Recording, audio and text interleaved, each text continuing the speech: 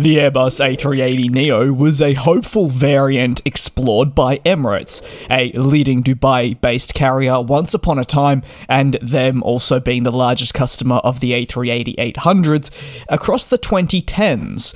Ultimately, the Neo, being your new engine option, was something the airline called for to elevate efficiency for a highly regarded aircraft within the business. These calls came at a time of diminishing demand in an industry that was increasingly focused on fuel efficiency and also operational flexibility, in which the A380-800 didn't do that for the vast majority. What was the premise of the calls? Did it have any backing, and was Airbus keen? What happened in the end? First of all, details of a prospective A380neo will always remain scarce. This is because, in essence, it was proposed as a solution not by the plane maker that was meant to build it, but rather an airline customer.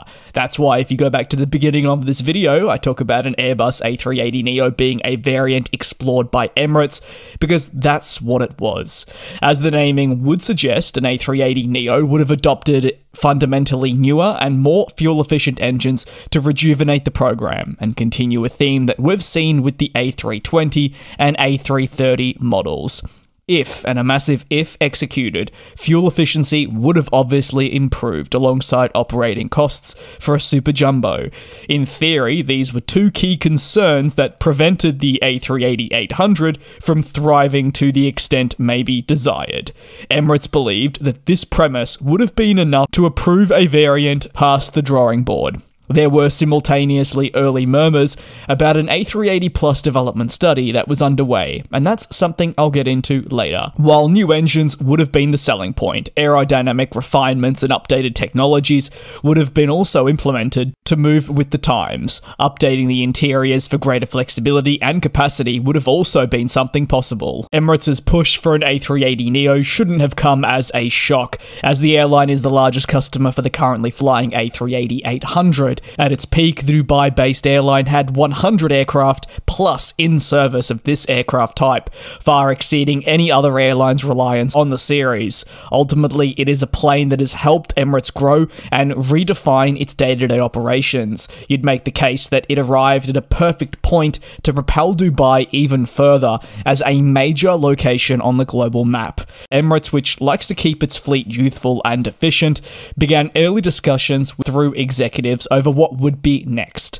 Given that this plane, the A380-800, is their flagship and there is such a heavy reliance on it, the airline saw a means to enhance the product further to boost efficiency across the board and allow the type to remain in their fleet a little bit longer than first maybe expected. Furthermore, as airlines have moved towards twin-engine planes as fuel costs fluctuate, Emirates has done this to a certain extent and certainly will be in the future, but its reliance on the A380 is still paramount, and with time, well, it became clear that there were some limitations with this kind of model. Emirates called for an A380neo on more than one occasion as an essential solution to a broader problem, a means to keep the Super Jumbo program alive and for them to extend the life. However, Airbus had other ideas for their largest A380 customer. In 2017, rather than committing to the extensive upgrades required for an A380neo that Emirates had requested, Airbus introduced a smaller upgrade concept in the A380 Plus. This version proposed relatively modest changes, all things considered, such as improvements on an aerodynamic level, an increased maximum takeoff weight, and visually the largest change in the form of a redesigned winglet would boost efficiency ever so slightly, approximately 4%. So, in theory, this was not a brand new variant in the sense of being completely built from scratch with all updated technologies. It was considered to be a potential upgrade on the existing platform for existing operators. The A380 Plus therefore offered improvements without forcing Airbus to break the bank or make changes with its resource management. However, finding a market for this prospective variant was going to be the challenge. Ultimately, the A380 Plus would disappear within basically the same week it was announced, and this was at a time when more airlines were moving away from the A380 rather than to it.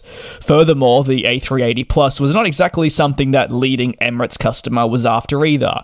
This variant would fall well short of what they were looking for. What were they looking for? the Neo. So as a result, with Emirates, your leading customer not getting its wish, and the A380neo therefore basically falling away, it was considered maybe a missed opportunity, and also curtains for Emirates' desired type really ever moving forward.